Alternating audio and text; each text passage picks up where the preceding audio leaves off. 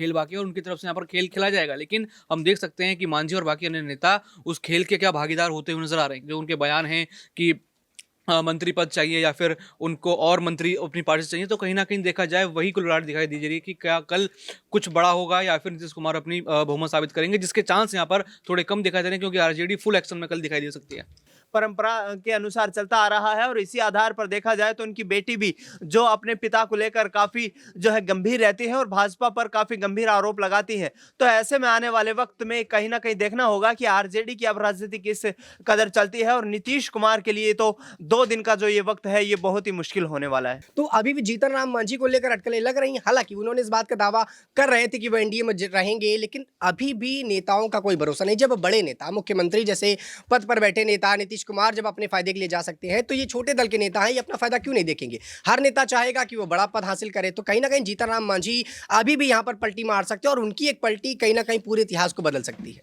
तो जब विधायक भी चुप्पी साधे हुए हैं तो इसका सीधे तौर पर मतलब यह है कि एक बड़ा तूफान आने वाला है और कल इस पूरे मामले पर पूरी तरीके से स्पष्टीकरण हो जाएगा कि लालू प्रसाद यादव जिस ढंग से दावे कर रहे हैं उसकी हकीकत क्या है और नीतीश कुमार का ये राजनीतिक तौर पर कहीं ना आप कह सकते हैं कि ये कल जो है इस पर आखिरी किल लगती हुई नजर आएगी और वो बिहार की राजनीति में हाशिए पर पहुंच जाए।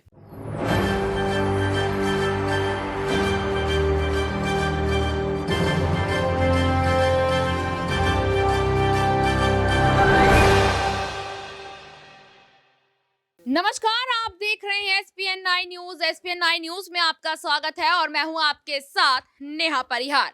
कल 12 फरवरी की तारीख है और बिहार में 12 फरवरी को होना है फ्लोर टेस्ट। बता दें आपको कि यहाँ पर नीतीश कुमार जो कि एनडीए के साथ एक बार फिर से जुड़े हैं, यहाँ मुख्यमंत्री की शपथ तो उन्होंने ले ली है, लेकिन अपनी बहुमत कैसे साबित करेंगे ये नीतीश कुमार के लिए काफी मुश्किल होता हुआ नजर आ रहा है। आज इसी मुद्दे पर चर्चा करेंगे और चर्चा कर यहाँ पर जानने की कोशिश करेंगे कि आखिरकार हमारे न्यूज रूम के साथियों का क्या मानना है। क्या बिहार में कल नीतीश कुमार की सरकार गिर जाएगी या फिर नीतीश कुमार खुद ही अपने हाथों से इस्तीफा देते नजर आएंगे? सबसे पहले हमारे साथ अबरार जुड़े हैं। अबरार से जानने की कोशिश करेंगे कि अबरार, क्या देखते हैं आप, कल 12 तारीख है, यहाँ पर नीतीश कुमार अपनी बहुमत साबित करते नजर आएंगे या फिर यहाँ निराश होते हुए नजर आएंगे? देखिए, मुझे लगता है कि बिहार की राजनीति में लालू प्रसाद यादव ने जिस तरीके से एड़ी चोटी का जोर लगाया है विधायकों को तोड़ने के लिए, और जो संकेत कल हमें देखने को मिले हैं ये दर्शाते हैं कि कल कोई बड़ा खेल होने वाला है। चूँकि खुद लालू प्रसाद यादव जो इस पूरे मामले में लगे हुए हैं सरकार गिराने को लेकर के, और जेडीयू के विधायकों के बयान भी आ चुके हैं। ऐसा नहीं कि एक तरफा जो है बयानबाजी चल रही है, दोनों ही तरफ से जो है पक्ष रखे जा रहे हैं। खुद जेडीयू के विधायक बोल रहे हैं और उन्होंने पहले भी कहा था सरकार बनने से पहले कि अगर जेडीयू के मुखिया नीतीश कुमार पाला बदलते भाजपा में जाते हैं तो जेडीयू टूट जाएगी। और जेडीयू पार्टी अब समझिए कि एक तरीके से टूटी हुई पार्टी है, क्योंकि विचारधारा के लिहाज से जो पार्टी कमज़ोर हो जाती है वो राजनीति में कहीं की नहीं रहती है। और नीतीश कुमार मात्र अपनी सत्ता को सुरक्षित करने के लिए और जो असुविधा की भावना उनके अंदर आती है हमेशा कि उनकी पार्टी में टूट हो जाएगी, विधायकों को कोई तोड़ ले जाएगा या फिर उनका सीएम पद छिन जाएगा, दरअसल इन तमाम बातों की वजह से उन्होंने ललन सिंह को भी बाहर का रास्ता दिखा दिया, अध्यक्ष पद उनसे छीन लिया। अब ललन सिंह इस पूरे मामले को लेकर के भले ही खामोश ज़रूर हैं, लेकिन वो कोई ना कोई अंदरूनी खाने कोई ताना बाना बुन रहे होंगे। और मुझे लगता है, आपने ललन सिंह का जिक्र किया अबरार, यहाँ आपको नहीं लगता कि बीते 1 महीने पहले ललन सिंह ने जब से यहाँ अध्यक्ष पद से इस्तीफा दिया है तब से ही उनकी नाराजगी सामने आने लगी है? देखिए, नाराज़गी वो कभी भी जो है कैमरे के सामने थोड़ी दिखाएंगे, क्योंकि कैमरे के सामने अगर उनकी नाराज़गी झलक गई तब तो उनका पत्ता ही काट दिया जाएगा, जेडीयू पार्टी से ही उनको निष्कासित कर दिया जाएगा। मुझे लगता है कि बिहार में इस समय हर नेता जो है अपने अपने तौर पर अपने अपने एतबार से अपने परिवार को अपनी पार्टी को सुरक्षित करने के लिए काम कर रहा है, न कि बिहार के विकास के लिए काम कर रहा है। चाहे उसमें हम जितना मांझी को रख लें या फिर चिराग पासवान को रख लें, नीतीश कुमार को रख लें, लालू प्रसाद यादव को रख लें, लेकिन नीतीश कुमार ने जिस तरीके से विश्वासघात किया है अपने वोटरों के साथ, जब वो भाजपा के साथ चुनाव लड़ते हैं और आरजेडी में जाते हैं तो भाजपा के जो समर्थक विधायक हैं या फिर आप कहें कि उनके समर्थक जो लोग हैं उनका कहीं ना कहीं अपमान किया, और जब आरजेडी से अलग होकर के वो एनडीए में आते हैं वापस तो फिर वही चीज़ वहाँ पर लागू हो जाती है। तो नीतीश कुमार ने अपनी क्रेडिबिलिटी जो है पूरी तरीके से खो दी है।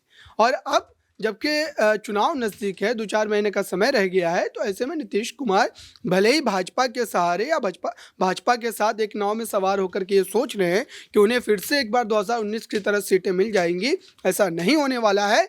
और कल के दिन मुझे ऐसा लग रहा है कि नीतीश कुमार जो लगातार 17-18 वर्षों से बिहार की सत्ता पर विराजमान हैं, उसमें से 15 वर्ष वो भाजपा के साथ रहे हैं, कल कहीं ना कहीं उनकी समाप्ति का ऐलान हो जाएगा। चूँकि जो मामला हमने भोज कार्यक्रम में देखा है, विधायक जब नहीं पहुंचे तो उसको लेकर के न तो जेडीयू पार्टी की तरफ से कोई क्लैरिफिकेशन आया है कि वो क्यों नहीं पहुंचे, उसके पीछे क्या कारण है, क्या कोई पर्सनल रीज़न है या वो नाराज़ चल रहे थे, ये कोई भी चीज़ आधिकारिक रूप से जो है जेडीयू ने नहीं बताई या ना ही विधायकों ने बताई है।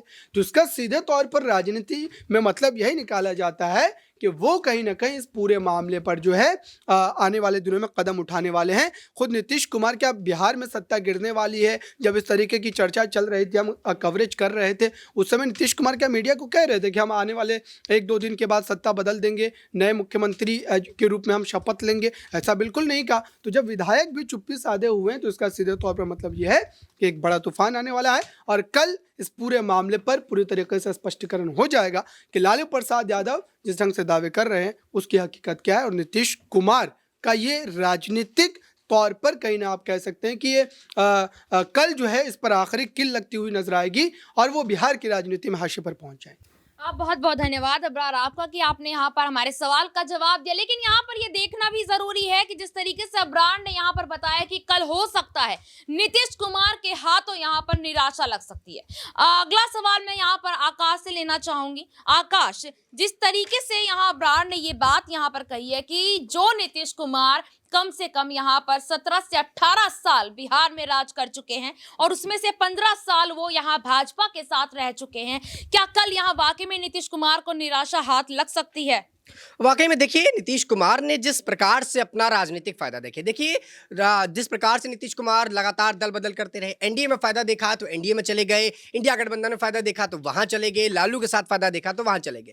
देखिए नीतीश कुमार के पास विधायक दल कम है लेकिन फिर भी वो मुख्यमंत्री बनते। इसका कहीं बड़ा कारण है कि जो अन्य दल के लोग हैं वो उनके साथ जुड़े रहते हैं और यही बड़ी वजह है कि नीतीश कुमार सत्ता पे बने रहते। लेकिन इस बार जो विपक्ष था, जो लालू प्रसाद यादव की टीम थी, वो अब कहीं ना कहीं उनसे नाराज है और एनडीए खेमा अगर कहीं उनके जो एक आध विधायक लालू के साथ चले जाते हैं तो मुझे लगता है बिहार की राजनीति में एक नया दिन देखने को मिलेगा।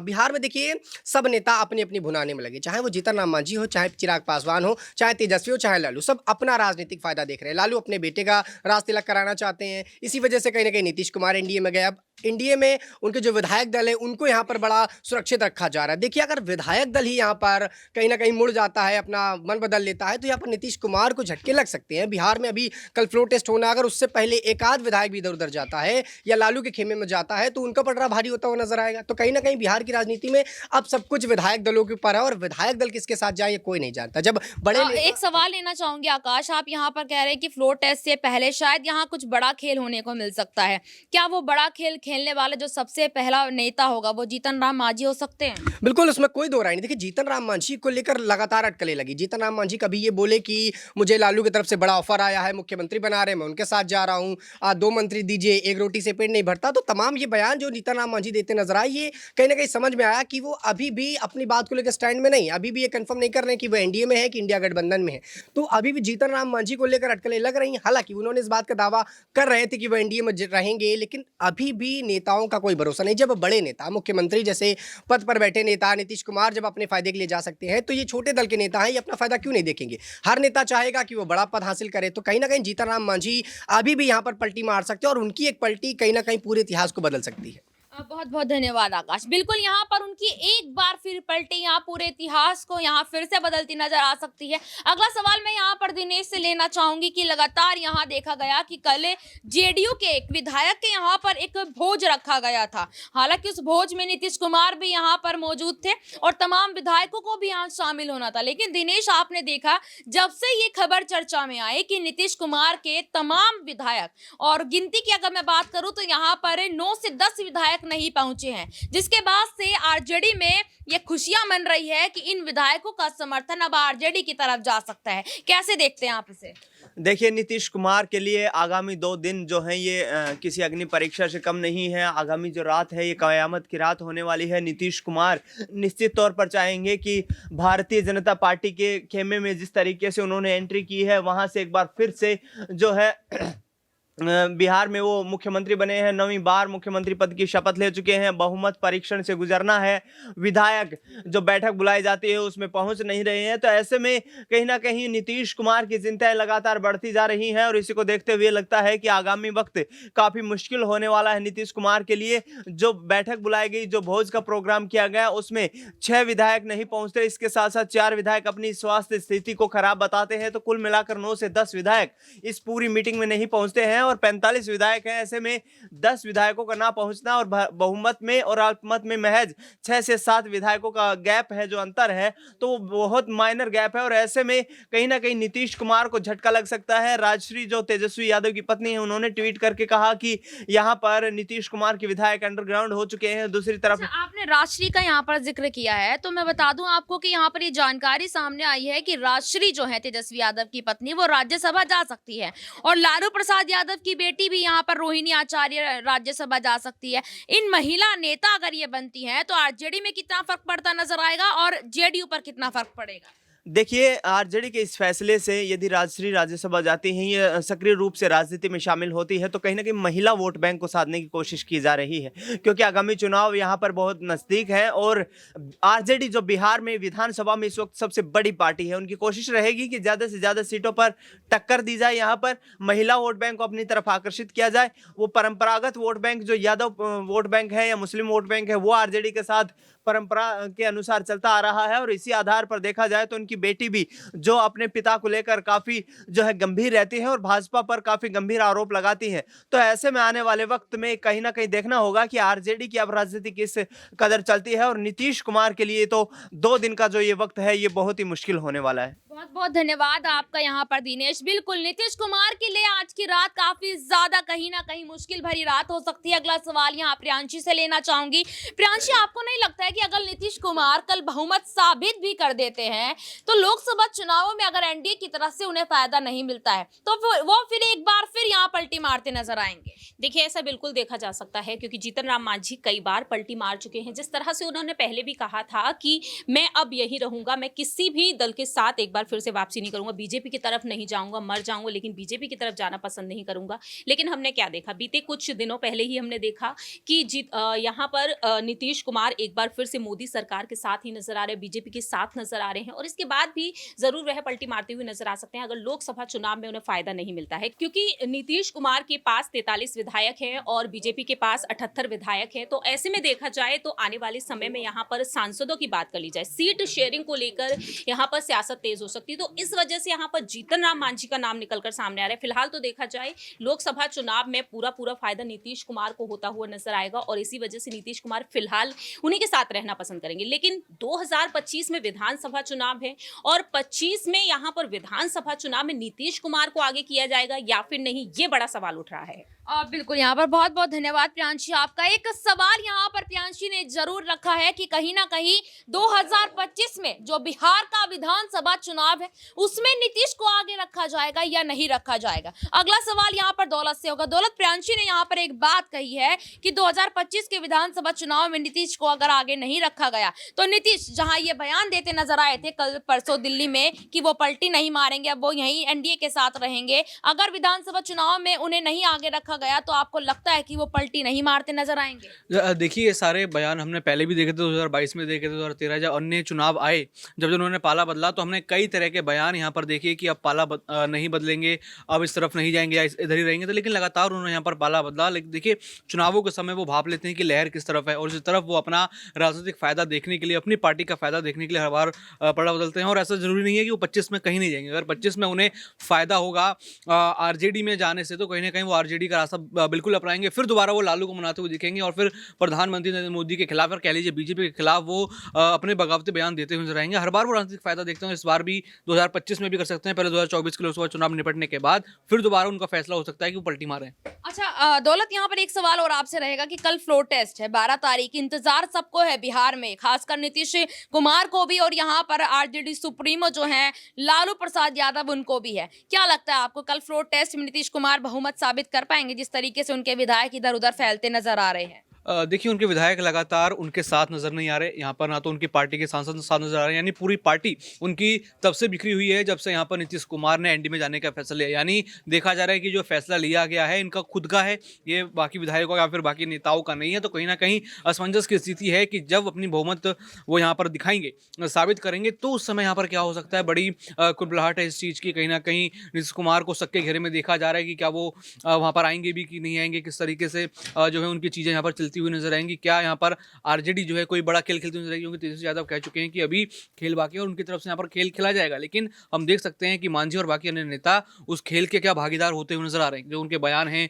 कि मंत्री पद चाहिए या फिर उनको और मंत्री अपनी पार्टी से चाहिए, तो कहीं ना कहीं देखा जाए वही कुलराट दिखाई दी जा रही है कि क्या कल कुछ बड़ा होगा या फिर नीतीश कुमार अपनी बहुमत साबित करेंगे, जिसके चांस यहाँ पर थोड़े कम दिखाई दे रहे हैं, क्योंकि आरजेडी फुल एक्शन में कल दिखाई दे सकती है। बिल्कुल, यहाँ पर देखा जाए तो आपको यहाँ पर बता दें कि कल फ्लोर टेस्ट में नीतीश कुमार को बहुमत साबित करना काफी ज्यादा मुश्किल होता हुआ नजर आ रहा है। जिस तरीके से यहाँ पर आरजेडी यानी कि तेजस्वी यादव काफी ज्यादा एक्टिव होते हुए नजर आ रहे हैं, दूसरी तरफ यहाँ पर नई नई नीतियां बनाते नजर आ रहे हैं तेजस्वी यादव, उन सबको देखकर यहाँ ये कहा जा सकता है कि कल नीतीश कुमार के लिए जो दिन है कल कहीं ना कहीं एक निराशाजनक उनको यहाँ पर देखा जा सकता है। इस रिपोर्ट पर आप क्या राय रखते हैं, कमेंट बॉक्स में हमें जरूर बताएं और देखते रहिएगा SPN9 न्यूज। धन्यवाद।